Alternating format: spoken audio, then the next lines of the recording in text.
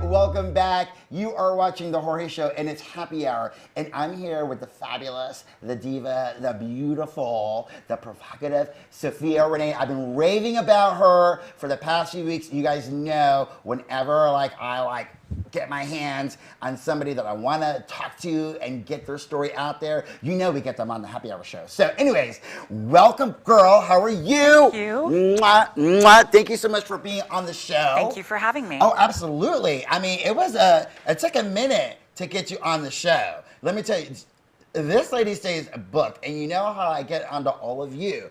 Her story is fascinating. Okay, I see your images. First of all, I don't even know that they're yours. You know, I'm like, oh, look at these. They're cool. They're provocative. They're edgy. They're different. You know, they're like kind of like dirty a little bit. You know, and then I start to recognize some of the faces that are in your images, and I'm like, hold up. There is more to this story. Then I find out that you are the photographer. You can't get a booking with you for like 5 months. You have all these like exhibitions and campaigns, and it's like you are like that quiet storm in photography right now. Like, girl, you got to give me the tea. Oh my goodness, I hope I can measure up to that introduction. But, well, as far as our friends, our mutual friends kind of popping up in my work, that kind of came to because I was simply looking for models in which to create my art and my work. And unfortunately, Tampa's not a major fashion market. There aren't a lot of models here. So I always had a lot of beautiful friends, and I put them to work. I mean, no tea, no shade. We're just saying that, and I get you, because sometimes when you are in that creative industry, you know, it's difficult to really connect with the people who are truly passionate and honest about what they want to do and put out there. You know, a lot of people just try to run game on you, but Right.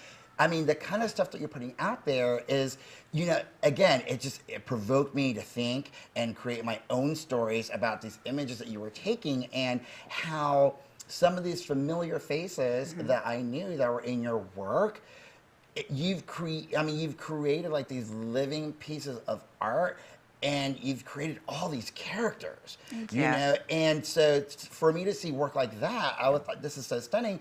And you know, here I'm thinking that nobody knows. Meanwhile, you're booking all kinds of campaigns. Tell me about that. Well, I sort of started out very quietly in the industry. Like I said, was just working with a lot of friends, sort of concentrating on building my portfolio. I had a lot of architectural photography in my portfolio, but I didn't really have portraits or what would typically be considered fashion or fitness. It took me about 3 years to build a strong portfolio that people started to take notice of before my images started to be licensed and I started reaching a level where, you know, people like Jane Ryland, who was a New York Times bestselling author, licensed my images for the covers of her romance like novels. You're doing like your images are being used for the covers of like romance novels and stuff. Right. I mean, and they're kind of scandalous when you're at the supermarket and you're like walking by, you kind of stop and like peep like all them little books and stuff.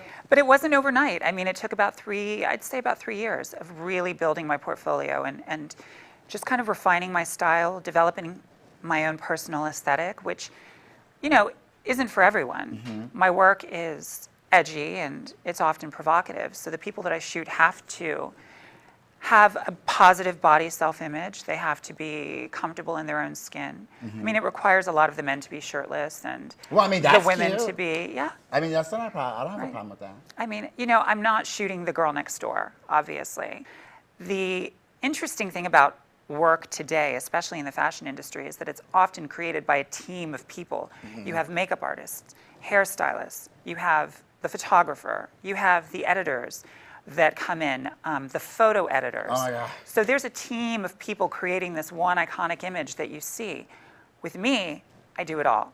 If I'm shooting a woman, oftentimes I'll do her makeup and her hair. Wow. With men, obviously, I don't have to do that. But the result is still the same. I'm the person shooting, I'm the person editing, it's oftentimes my concept. We're gonna roll the clip because I want them to see you like kind of behind the scenes, like Okay. working and stuff like that. So we'll be right back. I'm here with Sophia Renee with Unique Portrait Services, and you are watching The Jorge Show.